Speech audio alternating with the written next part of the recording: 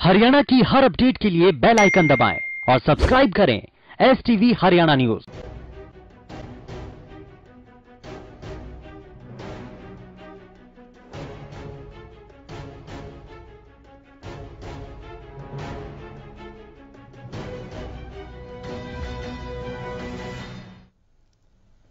नमस्कार, आप देख रहे हैं हमारी खास पेशकश और मैं हूं आपके साथ शुभेंदु सिंह। फरीदाबाद की कई सड़कें बदहाली के आंसू रोने को मजबूर है। नेता चुनाव से पहले तो सड़कों को ठीक कराने के बड़े बड़े दावे करते हैं, लेकिन चुनाव होने के बाद क्या हालात रहते हैं, इसका अंदाजा आपको हमारी इस रिपोर्ट को देखने के बाद लग जाएगा। पहले आप इस रिपोर्ट को देखिए कि आखिर कैसे शासन और प्रशासन की लापरवाही लोगों की जान लेने को तैयार है। फिर इसके बाद इस मुद्दे पर हमारे मेहमानों के साथ विश्लेषण करेंगे, लेकिन सबसे पहले ये रिपोर्ट।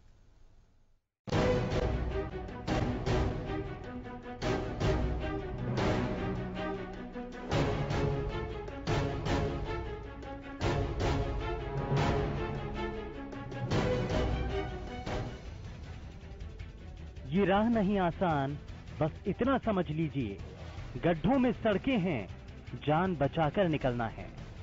फरीदाबाद की इन सड़कों से जो कोई गुजरता होगा वो पहले तो इन सड़कों को पार करने के लिए दुआएं मांगता होगा और इन सड़कों को पार करने के बाद भगवान का शुक्रिया अदा करता होगा और मांग करता होगा कि अगली बार गुजरने से पहले सड़कें सुधर जाएं या फिर इन सड़कों से दोबारा गुजरा ना जाए।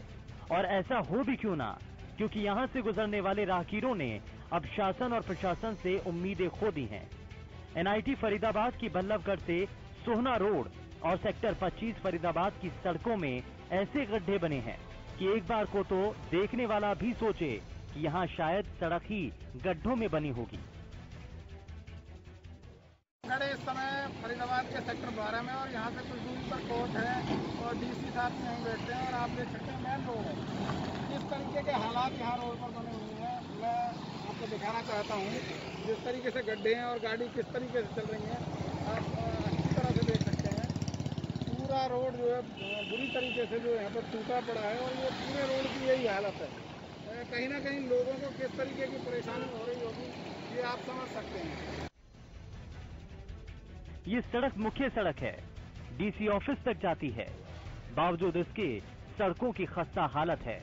तस्वीरें देखिए और खुद ही समझिए, अलग अलग सड़कों के अलग अलग हाल हैं। सड़कों पर पानी इतना भरा है कि तालाब भी शर्मा जाए। सड़कों के हालात ऐसे कि लोग जान हथेली पर लेकर निकलते हैं। इन सड़कों पर लोगों का क्या कहना, वो भी जरा आपको सुना देते हैं। सरूरपुर की सोना रोड की सड़क है। इस पर टोल टैक्स का पूरा खर्चा लगता है, सब चीज़ का आना जाना लगता है, लेकिन इस रोड का सुधार नहीं है। यहाँ पे आए दिन जाम लगे रहता है, लोगों की छुट्टी हो जाती है। जाम के चक्कर में फैक्ट्रियों के मालिक वापस कर देते हैं कि भैया टाइम से लेट हो गया। गड्ढे इतने गहरे हैं कि अगर सवारी ऑटो में बैठ के जाती है तो सवारी ऑटो जो है सवारी समेत पलट जाता है, इतने गहरे गड्ढे हैं। सुना आपने, टोल टैक्स तो पूरा लिया जाता है, लेकिन उसका इस्तेमाल कितना होता है ये तस्वीरें खुद इस बात की गवाही दे रही हैं। आम जनता को तो शिकायत है ही, ड्यूटी पर यहाँ तैनात पुलिसकर्मी की भी शिकायत है कि प्रशासन इस तरफ ध्यान ही नहीं दे रहा। बल्लभगढ़ सोना रोड है सर, ये इस पर टूल लगता, टूल हाईवे है। इस पर रोड सारा टूटा फूटा है, सीवर तोड़ रखे हैं नगर निगम ने, बिल्कुल जाम रहता है। सुबह और शाम तो बहुत भयंकर जाम रहता है सर, एक्सीडेंट होते रहते हैं और काफ़ी बार हाईवे वालों कहते भाई रोड ठीक कर दो, लेकिन कोई सुनाई नहीं होता सर। मजदूर सभा के नेता का तो साफ कहना है कि विधायक के कार्यालय के सामने की सड़क का नजारा ऐसा है तो जरा सोचिए आम जनता की क्या बिसात है। रोड पे तो मजदूर बहुत कम चलता है क्योंकि आगे कोर्ट है, इस पर तो वकील, जज, पूरा जिला प्रशासन चलता है। जहाँ फरीदाबाद पर हम ये खुशकिस्मती है कि हम जो विधायक हैं हमारे नरेंद्र गुप्ता जी, उसके ऑफिस के सामने हैं, तो उनके ऑफिस के सामने ये हाल है। सड़कों की ये बदहाल तस्वीरें सवाल करने के लिए काफी हैं कि क्या नेताओं को सिर्फ जनता के वोट से ही मतलब है क्या कुर्सी मिल जाने के बाद जनता की परेशानियां दिखना ही बंद हो जाती हैं? तमाम लोग जो है लगातार शिकायत कर रहे हैं शहर के, लेकिन उसके बावजूद भी कोई सुनवाई नहीं हो रही है। फरीदाबाद से हरियाणा न्यूज के लिए राजेंद्र दहिया।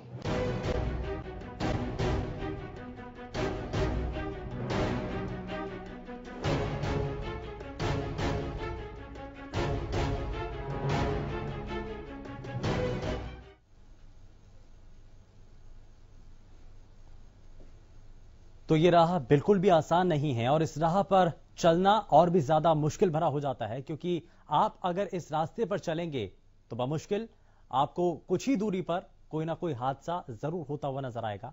क्योंकि ऐसी हाल फिलहाल की जो तस्वीरें थी वो कुछ यही बताती हैं और लोगों के द्वारा भी बार बार यही बताया जा रहा है। राजेंद्र दहिया हमारे संवाददाता हमारे साथ जुड़ चुके हैं, जरा उनसे समझ लेते हैं कि आखिर ग्राउंड जीरो पर स्थिति क्या है, लोगों का कहना क्या है, प्रशासनिक अधिकारी अभी तक इस सड़क को ठीक क्यों नहीं करवा पा रहे हैं। राजेंद्र, आखिर कारण क्या है इसके पीछे?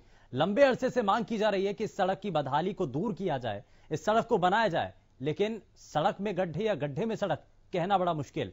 राजेंद्र।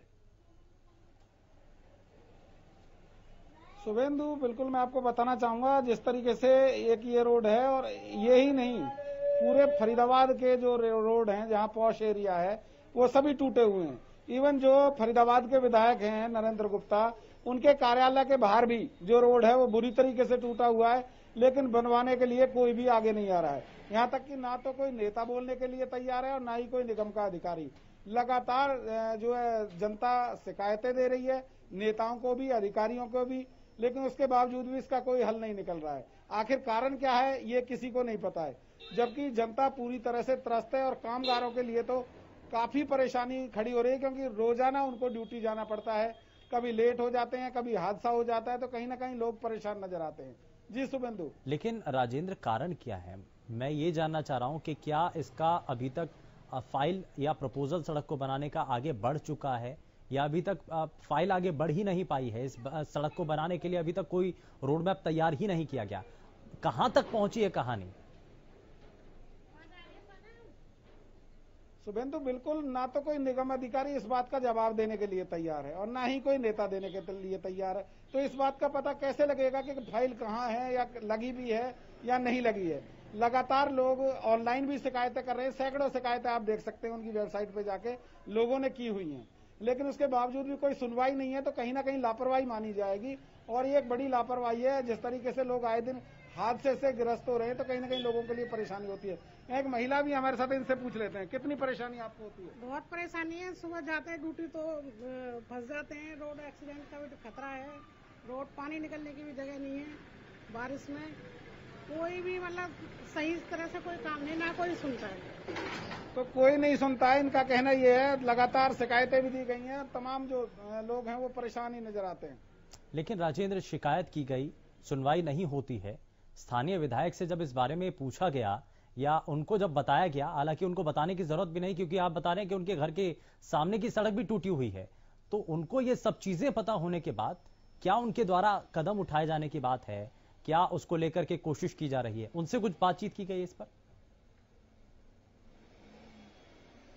देखिए, हमने पूरी कोशिश की, लेकिन कोई भी कुछ बोलने के लिए तैयार नहीं है। साफ तौर पर हमने उनके कार्यालय के सामने खड़े होकर, कर्मचारी नेताओं ने भी ये आरोप लगाया कि यहाँ पर तमाम रोड टूटे हुए हैं, लेकिन जवाबदेही किसी की नहीं बनती। इवन जो डीसी कार्यालय के लिए रास्ता जाता है, सेक्टर 12 का मेन मुख्य रोड है, वो भी टूटा हुआ है, जहाँ से सैकड़ों लोग, सैकड़ों अधिकारी वहां से गुजरते हैं आए दिन, और कहीं ना कहीं उनको भी वो वहां से जब गुजरते हैं तो वो भी उस बात को देखते होंगे, लेकिन उसके बावजूद भी कोई संज्ञान अभी तक यहाँ पर लिया नहीं गया है। जी सुरेंद्र। राजेंद्र, लेकिन ये कितने समय से सड़क टूटी हुई है?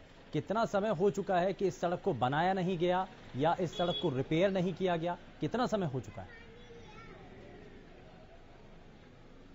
देखिए, बहुत सी सड़कें तो ऐसी हैं जो पहले से टूट रही हैं, लेकिन कुछ सड़कें ऐसी हैं जो अब बरसात के बाद टूटी हैं। सेक्टर 12 के जो रोड्स हैं या और अन्य रोड हैं फरीदाबाद के, वो बरसात के बाद टूटे हैं, लेकिन उनकी कोई मरम्मत यहाँ पर नहीं की जा रही है और कहीं ना कहीं लोग लगातार शिकायत दे रहे हैं।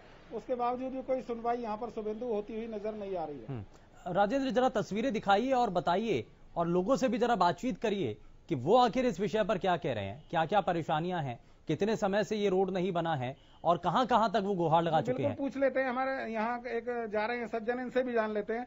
भाई साहब, तमाम फरीदाबाद के रोड टूटे हुए हैं, क्या मानते हैं कितनी परेशानी उनसे होती है जब रोड पे चलते हैं? बहुत परेशानी है, लोग आदमी गाड़ी वाहन ले जाते हैं, इसमें एक्सीडेंट होने का डर रहता है। बच्चे यदि स्कूल जाते हैं तो यदि बारिश ज्यादा हुआ तो उसको जाने में दिक्कत होती है। अब प्लस रोड पे भी जो सड़क तो टूटी भी है, लेकिन आसपास जो निर्माणाधीन मकान जो होते हैं उसके मलबे भी पड़े रहते हैं। इन सब से काफी परेशानी होती है रोड में। तो सुबह जब कंपनी जाते हैं या ड्यूटी जाते हैं तो कितनी दिक्कतों का सामना करना बहुत पड़ता है? दिक्कत, जाम में भी फंसते हैं। जाम में भी फंसते हैं। जो मेन रोड पे तो जाम है ही, आजकल कॉलोनी के अंदर भी जाम लगने लगी है। ठीक है राजेंद्र, मैं आता हूं आपके पास राजेंद्र, लेकिन इस बीच स्थानीय निवासी हमारे साथ कार्यक्रम में है, एसडी त्यागी। बहुत स्वागत है आपका कार्यक्रम में। सबसे पहले क्या परेशानियां हैं, कितने समय से ये सड़क नहीं बनी है और इसको लेकर के कहां कहां तक अभी तक शिकायतें की जा चुकी हैं, गुहार लगाई जा चुकी है?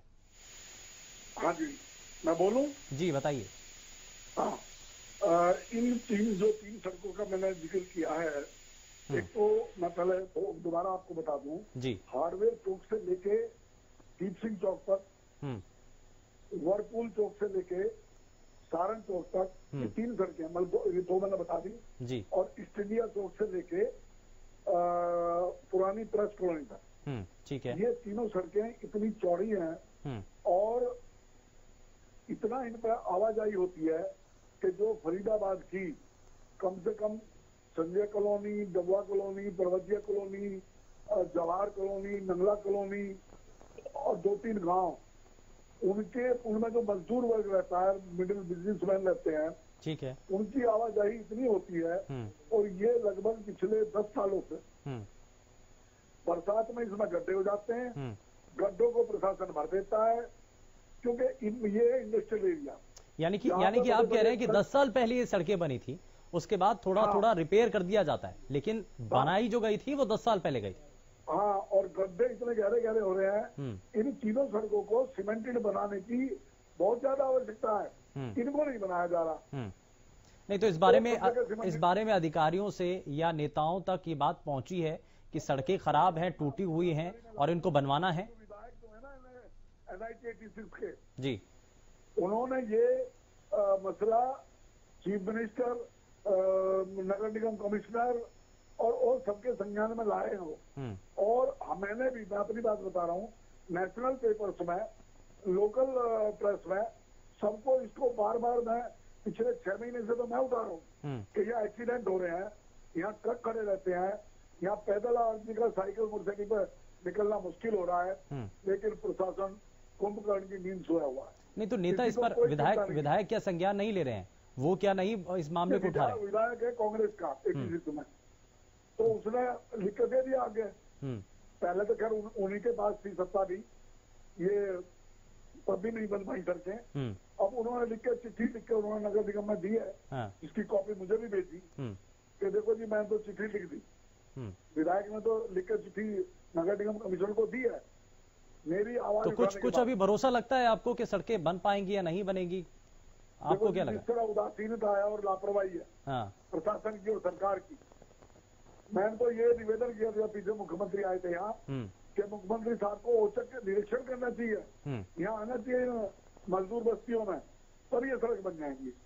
ठीक है, बहुत बहुत शुक्रिया एसडी त्यागी जी, आप हमारे साथ कार्यक्रम में जुड़े और आपने इलाके की जो असल स्थिति है वो आपने समझाने की, बताने की कोशिश की है। और हम ये कोशिश करेंगे कि जो स्थानीय नेता हैं उनसे भी हम संपर्क साध सकें और ये जो मसला है न सिर्फ सड़कों तक सीमित है बल्कि ये इलाके के विकास तक भी जाता है, क्योंकि ये कहा जाता है कि किसी भी इलाके की जो सड़कें होती हैं वो उस इलाके की पहचान होती हैं और उन सड़कों से ही ये पता चलता है कि उस इलाके में कितना विकास हुआ है, हो सकता है। तो ऐसे में यहाँ संभावनाएं बहुत ज्यादा हैं, लेकिन सबसे पहले सड़क बनाने की जरूरत है। यहाँ रुक रहे, ब्रेक के बाद आप सभी का स्वागत है और जरा जल्दी से आगे बढ़ते हैं। सड़कों की खस्ता हालत को लेकर के जो तस्वीरें अभी तक हमारे संवाददाता और स्थानीय लोगों के द्वारा जो बताई गई हैं, जरा उनको लेकर के तफ्तीश से और भी चीजों को समझ लेते हैं। हमारे साथ इस बीच भारतीय जनता पार्टी से प्रवक्ता सत्यव्रत शास्त्री जी भी कार्यक्रम में जुड़ चुके हैं। बहुत स्वागत है सर आपका कार्यक्रम में। फरीदाबाद की सड़कों को लेकर के बात की जा रही है। स्थानीय लोग इससे पहले हमारे साथ कार्यक्रम में जुड़े, उन्होंने कहा कि 10 साल तक हो चुके हैं, फरीदाबाद इलाके की कई ऐसी सड़कें हैं जो अभी तक नहीं बन पाई हैं। कई सड़कें ऐसी हैं जिनको कुछ हद तक रिपेयर कर दिया गया था, लेकिन अब तो वो भी खस्ता हाल है। पानी भर जाता है क्योंकि बारिश हुई हाल फिलहाल में, तो उसकी वजह से सड़कें और भी ज्यादा खतरनाक हो चुकी हैं। कई बार हादसे हो चुके हैं, बारे में प्रशासनिक अधिकारियों से लेकर के नेताओं तक सबको बता चुके हैं, लेकिन समाधान का रास्ता अभी तक कोई नहीं। लगता है शायद संपर्क टूट गया है। लेकिन बदहाली के आंसू जब ये सड़कें रो रही हैं तो ऐसे में परेशानी आम लोगों के लिए ज्यादा है, खतरा आम लोगों के लिए ज्यादा है, क्योंकि जिस सड़क पर चलना लोगों के लिए मुश्किल है उस सड़क से होकर के हर रोज मुश्किल में निकलना पड़ता है, जान को खतरे में डाल करके निकलना पड़ता है। और आप ये तस्वीरें भी देख रहे हैं, जिस रूप में ये तस्वीरें देखने को मिल रही हैं, आप इन तस्वीरों को देख करके अंदाजा लगा सकते हैं कि कितना मुश्किल होगा इस सड़क पर सफर, जब वहां से पैदल लोग निकल रहे हैं, जान जोखिम में डाल करके निकल रहे हैं, तो जिंदगी को दांव पर लगा करके अपनी जान को खतरे में डाल करके इस सड़क को पार करना किसी चुनौती से कम नहीं। एक बार फिर से हमारा संपर्क हो गया है सत्यव्रत शास्त्री जी से। बहुत स्वागत है सर आपका कार्यक्रम में। हम फरीदाबाद की सड़कों को लेकर जिक्र कर रहे हैं। स्थानीय जो लोग थे वो इससे पहले हमारे साथ कार्यक्रम में जुड़े, और जो कुछ वहां के जो और लोग थे, प्रतिष्ठित लोग, वो भी हमारे साथ कार्यक्रम में जुड़े। उन्होंने बताया कि इलाके की स्थिति क्या है। लोगों का कहना है कि 10 साल तक हो गए हैं, सड़क बनी नहीं है। कई ऐसी सड़कें हैं जिनको रिपेयर कर दिया गया, लेकिन अब वो भी खस्ता हाल है। क्या इस पर कहना चाहेंगे सर?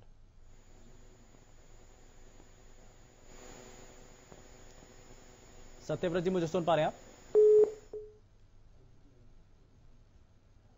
लगता है शायद संपर्क टूट गया है, लेकिन दोबारा से संपर्क साधने की कोशिश करेंगे। लेकिन इन बदहाल सड़कों का आखिर जिम्मेदार कौन है? क्यों आखिर जान के साथ लापरवाही बढ़ती जा रही है? क्योंकि लोगों की जिंदगी के ऊपर की बात है, और परेशानी यहां पर आम लोगों के लिए इतनी ज्यादा बढ़ चुकी है क्योंकि सालों साल हो चुके हैं, अभी तक समाधान का कोई रास्ता नहीं। 10 साल हो गए सड़क बने हुए, लेकिन अभी तक दोबारा से इस सड़क का नंबर नहीं। लेकिन लोगों का यह भी कहना है कि रिपेयर कर दी जाती है, थोड़े बहुत जो गड्ढे हैं उनको भर जरूर दिया जाता है, लेकिन सड़क पूरी तरीके से बनती नहीं है। कारण इसके पीछे क्या है? क्योंकि यह माना जाता है कि फरीदाबाद में जो इंडस्ट्रियल एरिया है उसमें जब बहुत ज्यादा बुनियादी रूप से सुविधाएं होनी चाहिए, वहां पर बिजली, सड़क, पानी की व्यवस्था होनी चाहिए, तो ऐसे में सड़कों की ये जो खस्ता हाल तस्वीरें आप इस वक्त टीवी स्क्रीन पर देख रहे हैं, वो ये बता रही हैं कि इलाके में किस रूप में अभी तक विकास हुआ है, यहां पर कितना काम हुआ है। ना तो अधिकारी यहां पर ध्यान दे रहे हैं, ना ही नेता। क्या आखिर में स्थिति बनी हुई है? और इन्हीं सड़कों को लेकर के सवाल हम ये भी पूछ रहे हैं कि आखिर जिम्मेदारी इसमें किसकी बनती है? लापरवाही आखिर कहां कहां पर और किस स्तर पर हुई है? कितने सालों से इस सड़क को ना बनाने को लेकर के अनदेखी यूं ही की जाती रही? दरअसल फरीदाबाद की कई सड़कें अपने बदहाली के आंसू रोने को मजबूर हैं। नेता चुनाव से पहले तो सड़कों को ठीक कराने के बड़े बड़े दावे करते हैं, लेकिन चुनाव होने के बाद क्या आखिर हालात रहते हैं, उसको लेकर के यहां सवाल उठ रहे हैं। एक बार फिर से हमारा संपर्क हो गया है सत्यव्रत शास्त्री जी से। बहुत स्वागत है सर आपका कार्यक्रम में। मुझे सुन पा रहे हैं सर? मैं सबसे पहले फरीदाबाद की सड़कों को लेकर ही यहां सवाल उठ रहा है। स्थानीय लोग हमारे साथ कार्यक्रम में जुड़े, उन्होंने बताया कि 10-10 साल हो गए सड़क बने हुए, तो क्या इस पर कहना चाहते हैं? सड़कें तो क्योंकि प्राथमिकता के तौर पर सरकार के द्वारा इस पर काम किया जा रहा है, लेकिन फरीदाबाद कैसे अछूता रह गया? देखिए, पूरे हरियाणा की यदि बात करेंगे तो रोड का जितना बड़ा काम पिछले सरकार में और वर्तमान इस सरकार के समय में चल रहा है, इतना रोडों का काम हरियाणा के इतिहास में पहले नहीं हुआ। पर्टिकुलर किसी स्थान के ऊपर बात है तो हम सब जानते हैं कि पिछले 4-5 महीने से कोरोना के कारण से जो विकास के कार्यों में गति में जो रुकावट आई, उसके कारण से भी कई स्थानों पर ऐसा हो सकता है कि वो स्थानीय लेवल पर काम शुरू ना हो पाए हों। लेकिन अभी जैसे वर्षा का काल, इसके बाद में और कोरोना के बाद जो अनलॉक चल रहा है, उसके अनुसार जैसे जैसे ये व्यवस्थाएं बढ़ेंगी तो रोड का विशेष रूप से बीजेपी की सरकारों में किसी भी स्टेट में और किसी भी समय में केंद्र में रही है तो उनका रोड का इंफ्रास्ट्रक्चर के ऊपर बहुत ज्यादा जोर रहता है, और उसी के तहत ये काम भी किसी कारण पर्टिकुलर किसी कारण से रुका होगा, टेक्निकल वो तो मैं नहीं कह सकता, लेकिन राजनीतिक इच्छा शक्ति और प्रशासनिक दिक्कतों के कारण से ये काम आगे नहीं रुकेंगे।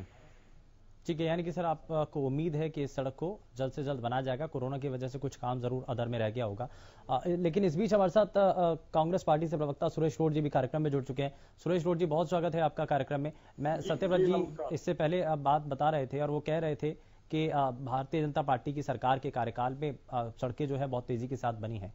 ठीक है, प्रदेश में बाकी जगहों पर, कई जगहों पर तो लोग संतुष्ट भी हैं, लेकिन फरीदाबाद के लोग फिलहाल नाराज जरूर नजर आ रहे हैं। फरीदाबाद की सड़कों की खस्ता हालत को लेकर के जरूर स्थानीय लोगों की तरफ से कहा जा रहा है, इस पर आपको कुछ कहना है?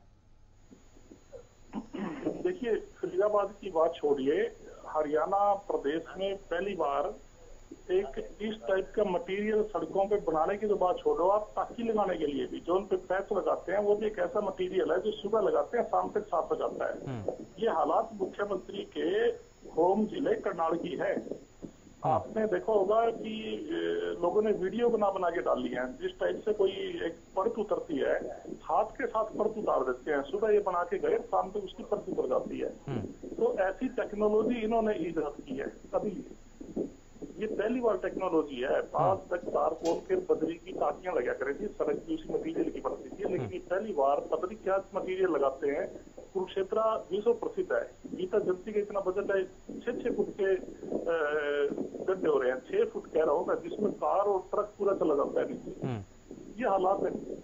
कुरुक्षेत्र से कैथल रोड देख लीजिए, फरीदाबाद तो बहुत दूर की बात आप कर रहे हैं कि जो ये तो बोल दे कि जी वहाँ पर तो एमसीसी है, बीच लिटिगेशन है, फॉरेस्ट की एनओसी नहीं आई। मुख्यमंत्री के होम जिले में करनाल में हालात देख लो क्या है। ठीक है, जरा जवाब ले लेते हैं, जवाब ले लेते हैं सर, जवाब ले लेते हैं। आपने कई सवाल कर दिए, ठीक है, जवाब ले लेते हैं। सत्यव्रत जी, क्या कहना चाहेंगे इस पर? देखिए, मैं अभी कह रहा था कि आप फरीदाबाद कहीं बैठे हैं तो मैं भी तो बहुत दूर बैठा हूँ। मैंने तो कहा नहीं कि फरीदाबाद दूर है, मैं भी नारनौल का बिल्कुल राजस्थान के बॉर्डर से हूँ। लेकिन मैं ये कहता हूँ हरियाणा एक है, हरियाणवी एक है, नारे को मुख्यमंत्री जी ने सिद्ध किया है। और किसी भी क्षेत्र में जो आप बात कर रहे हैं उसके उगाड़ तो अभी बढ़ रहे हैं। जिस रोड की वैलिडिटी या उसका स्टैंपिंग कितने समय के लिए कैसी होनी चाहिए थी, और आज जो रोड बन रहे हैं, नेशनल हाईवे लगाओ, स्टेट हाईवे लगाओ, उनकी गुणवत्ता का अंतर जान लेगा। ये कहीं एक आध जगह किसी कारण से, और वो मैं भी ये कहता हूँ कि वो रोड खराब हुई है, वो कांग्रेस के बनाए रोड से। मैं बीजेपी के साथी को ये कहना चाहता हूँ, मेरा जोड़ी से मतलब मुख्यमंत्री के गृह जिले से दूर होना है। ये कैसी बात कर रहे हैं मुख्यमंत्री? इनको ये नहीं पता चैनल पर बैठ के कैसी बात होती है? आप कैसी बात कर रहे हैं? आप कह रहे हैं कि कुछ मतलब नहीं, फरीदाबाद मुख्यमंत्री के मतलब कि मुख्यमंत्री के 4 किलोमीटर के दायरे में रहता होता है, वहाँ सब नजर रहती है, बाकी जगह नजर नहीं रहती। क्या ऐसा संभव है? क्या प्रशासन 4 किलोमीटर के दायरे में रहता है? मेरी बात पूरी होने दीजिए। नहीं, ठीक है, मेरी बात इन्होंने सुनी नहीं, अनाप बातें कर रहे हैं। राजनीति में हमेशा सत्ता के केंद्र से दूरी देखी जाती है, ना कि सड़क की दूरी। फरीदाबाद दूर है, मैंने ये नहीं कहा मेरे से दूर है फरीदाबाद, मैंने कहा मुख्यमंत्री का जिला करनाल है। जब करनाल में इतनी बुरी दुर्दशा है सड़कों की, तो मुख्यमंत्री यानी कि ठीक है, नजर, लेकिन नजर बनाने की जरूरत है। समझ नहीं पा रहे। आखिर में बात यही है। ठीक है सुरेश रोड जी, वही नजर होती है, ठीक है, और बाकी जगह कुछ भी होता रहे। ठीक है, नहीं ठीक है सर, सत्यव्रत जी, ठीक है, सुरेश रोड जी, ठीक है, ठीक है, सत्यव्रत जी, मेरा आखिरी सवाल यही है, कि अब कोरोना काल तो खत्म हो चुका है। सत्यव्रत जी, कोरोना काल तो खत्म हो चुका है, अब आप भरोसा तो दे दीजिए फरीदाबाद की जनता को, ये भरोसा दे दीजिए कि जल्द से जल्द अब ये सड़क बन सके। इसको जो अभी तक लोग ये कह रहे थे कि अनदेखी हो रही है, तो कम से कम अब भरोसा दे दीजिए कि सड़क बनेगी या इतने समय में बन जाएगी। ये बात तो मैंने आपके पहले वाक्य में ही सुना दी। ठीक है सुरेश रोड जी, जरा सुन तो लीजिए जरा। टेक्निकल कारण नहीं होगा, प्रशासनिक और राजनीतिक इच्छा शक्ति के अभाव में ये काम नहीं रुकेगा, तो मैं कह रहा हूँ पहले से। ठीक है, यानी कि अभाव में रुकेगा नहीं काम, अब बहुत तेजी के साथ काम किया जाएगा। खैर, बहुत शुक्रिया सत्यव्रत जी और सुरेश रोड जी हमारे साथ कार्यक्रम में जुड़े, दोनों का ही बहुत शुक्रिया कार्यक्रम में जुड़ने के लिए। लेकिन अब आखिर में ये भरोसा जरूर दिया गया है कि फरीदाबाद की जनता के लिए जो अभी तक परेशानियां थी, उसमें और भी ज्यादा परेशानियों को ना बढ़ा करके अब जल्द से जल्द उस सड़कों को बनाया जाएगा। कोरोना संक्रमण काल की वजह से, किन्हीं कारणों की वजह से वो जो काम रुका था, अब उसको वापस से सुचारू किया जाएगा। लेकिन देखना यही है कि ये जो खतरनाक सड़कें हैं वो कब तक बदल पाएंगी, कब उन सड़कों में सुधार आ पाएगा। फिलहाल के लिए बस इतना ही, नमस्कार।